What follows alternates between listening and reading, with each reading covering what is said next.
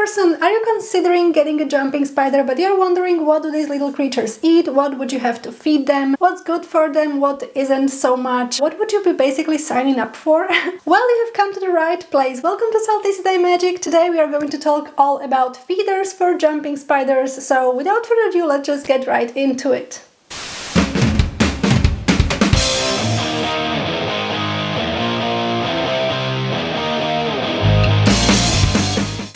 So first things first, let's get the most pressing question out of the way. Do jumping spiders eat live prey? And the answer is yes. Jumping spiders are active hunters, therefore they normally, let's say in the majority of the cases, there are exceptions, they normally do require their prey to be alive to trigger the hunting instinct in them and therefore, well, their interest to eat it. So yes. Now what you will feed your spider will mostly depend on the spider's size, not so much about the species, even though different species can have like some preferences, let's say, but it's not really like a defining factor. That being said, once you get to know your spider a little bit, you will also know their preferences, because every spider, even within the same species, can be a little bit different. So you will get to know your spider eventually. But the important thing that I want to underline here is the size of the spider. So that being said, I'm going to talk to you a little bit about two main categories of spiders and what to feed them. So we are going to be talking about slings, or like spider babies if you want to call them that, and or small jumping spider species, and then we'll proceed to talk a little bit more about sub-adult jumping spiders or adult jumping spiders.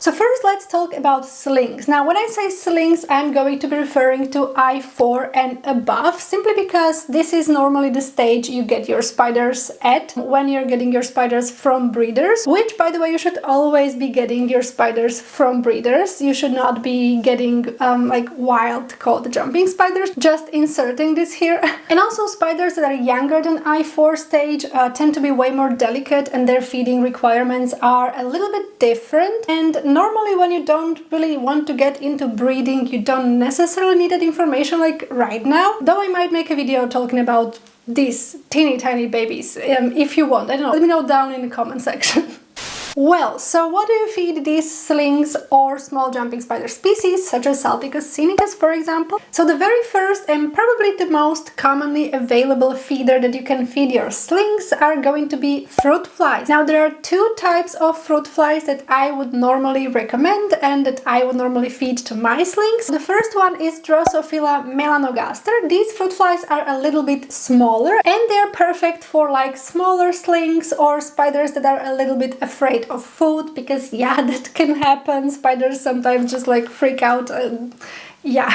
And the second one is Drosophila hydei. These are a little bit bigger, but they're still pretty small. The slings tend to enjoy them a lot. So the good thing about fruit flies is that they're very easy to breed, so you can actually learn how to set your own colonies of fruit flies, which makes it pretty handy and practical, because that way you always have food on hand to feed your slings or your small spiders. Another good thing is that fruit flies are not as aggressive as maybe some other feeders that we are going to be talking about in a moment. So you can technically leave them in the enclosure with your spider and they should technically not attack your spider. I would still recommend taking the feeder out when the spider enters pre-molt. I actually made a whole video about pre-molt. I'm going to leave it for you down below. But yeah, normally these flies are not very aggressive and therefore they are not presenting any big danger to your spider. Another good thing about fruit flies is that these two species, at least Drosophila melanogaster and hydei,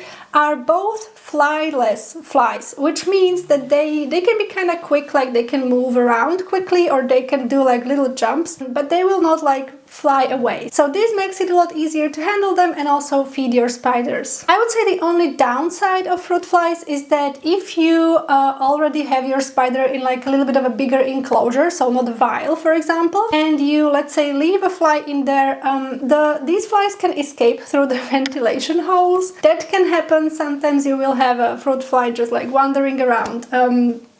Yeah, it kind of happens. It's what you sign up for when you get spiders. You will sometimes encounter a random wandering fruit fly. It's okay, it's fine.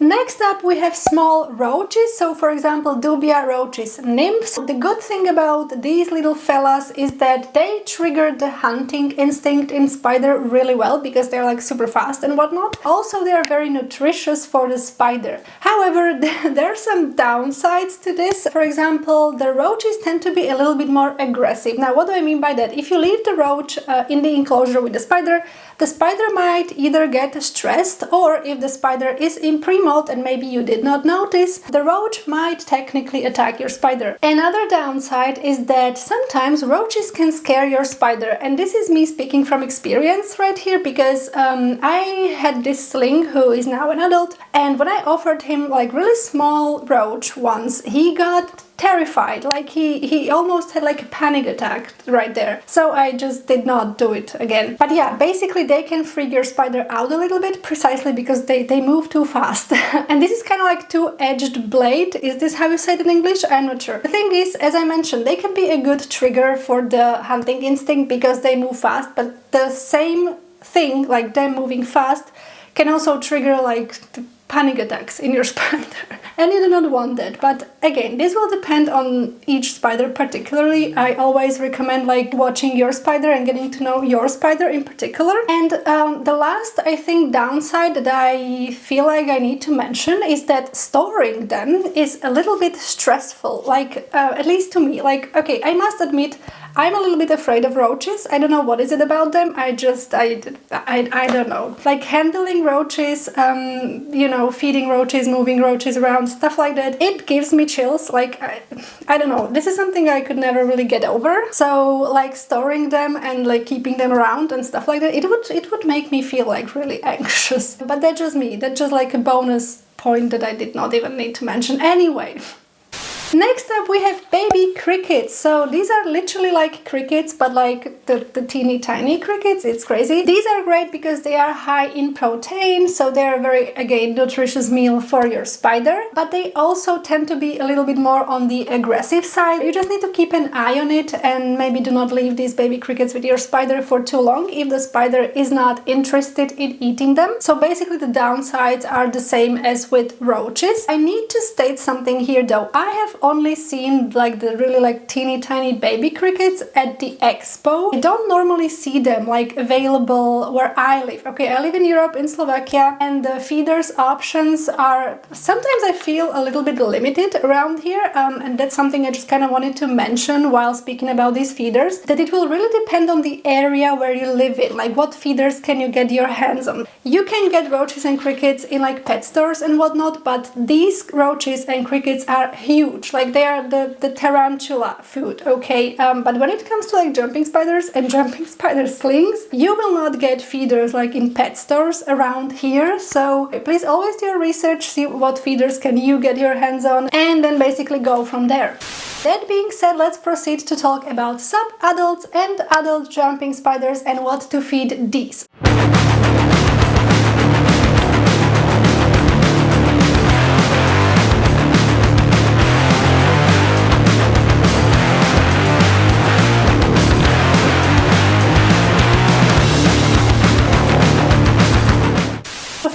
Tell you that I personally think that you can still be feeding these feeders that we were just talking about to your bigger spiders as well. It's not ideal, okay? Ideally, you are going to want to give them something bigger. We will talk about it in a minute. But the reason why I want to tell you that you can still feed them these feeders is that, let's say you have like a lot of fruit flies on hand and there is nothing else that you have currently, and you have a spider at home who needs to be fed. Well, you can still offer them these fruit flies, for example. I would just suggest like offer them more of these fruit flies. Like do not give your adult jumping spider like one fruit fly, okay? That's not enough. That's nowhere near enough. But the point is you don't have to like stop feeding them these, you know what I mean? You just have to kind of adjust the doses. You need to just adjust like how much food you give them, basically. That being said, what else can you feed your adult or subadult jumping spiders? You can technically feed them house flies. However, I would suggest try to get house flies from like a breeder, okay? Because if you feed your spider a housefly that you caught like in your home, that can potentially be dangerous to your spider. And I know it might sound a little bit like coming from a helicopter parent, which I kinda am with my spiders, but the thing is that these houseflies can sometimes be exposed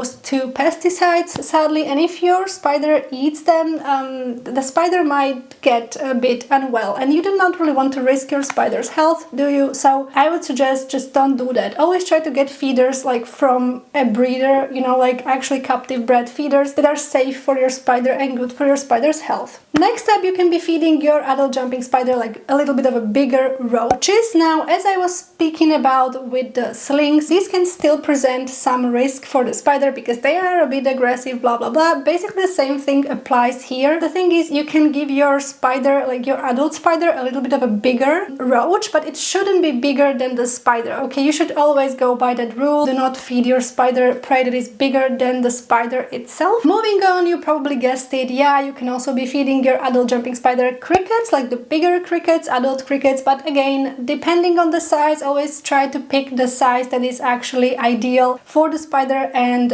you know, so you don't put your spider in danger, basically. And lastly, you can also be feeding your spider mealworms or waxworms. Now, these are good because they are very high in fat, and they are good if the spider, for example, refuses food. They might take a mealworm from you, or if you have a spider that is a little bit underweight, that might technically fix it. However, mealworms are not considered, according to like the internet, they're not considered the feeder that you should be feeding your spiders like on a daily basis or like regularly, precisely because they're very high in fat, and that might affect badly your spider eventually. So like it's better like an occasional meal for the spider. Another downside of the mealworms is that they will burrow if they are not eaten, if you have like substrate in your enclosure, and that can like stress the spider out eventually. So like, yeah, maybe do not leave them there, maybe just, you know, offer the mealworm to the spider, see if they eat it, and if not, I would suggest just retrieve it. That being said, I know that in the United States,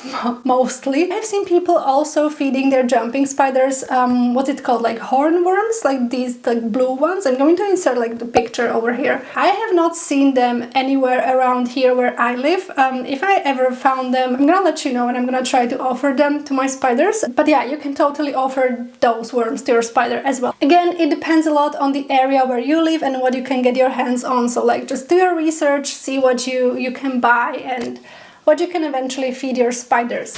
So I think I covered the most like basic feeders. Obviously they are probably like a lot more options, but these are what are normally the most like regularly available. And I would just like to close this video with kind of like just highlighting the important thing, which is one, please do not give your spider prey that is bigger than them. I know I already said that, but just in case. And second, please always keep an eye on your spider. So for example, if you see that the spider is not interested, or if you see, this is important, if you see that the spider gets stressed or scared or whatever, please just proceed to take the feeder out of the enclosure, because causing spider stress is really not what we are going for here, right? We want to care for our spiders and make them feel safe and loved, and we want to provide them with like the chill and lovely environment. So yeah, that being said, I think that would be it from me. If you have any questions or if I forgot to say anything, because I probably have, please let me know down in the comment section. Like this video if you liked it and subscribe if you are not already. Also remember to follow me on Instagram, where I post daily jumping spider content. It's how they say that magic with K in the end. I hope to interact with you there as well. And yeah, now that would be it from me. So stay punk, stay kind, and I'm going to be seeing you in the next video. Bye, jumping spiders!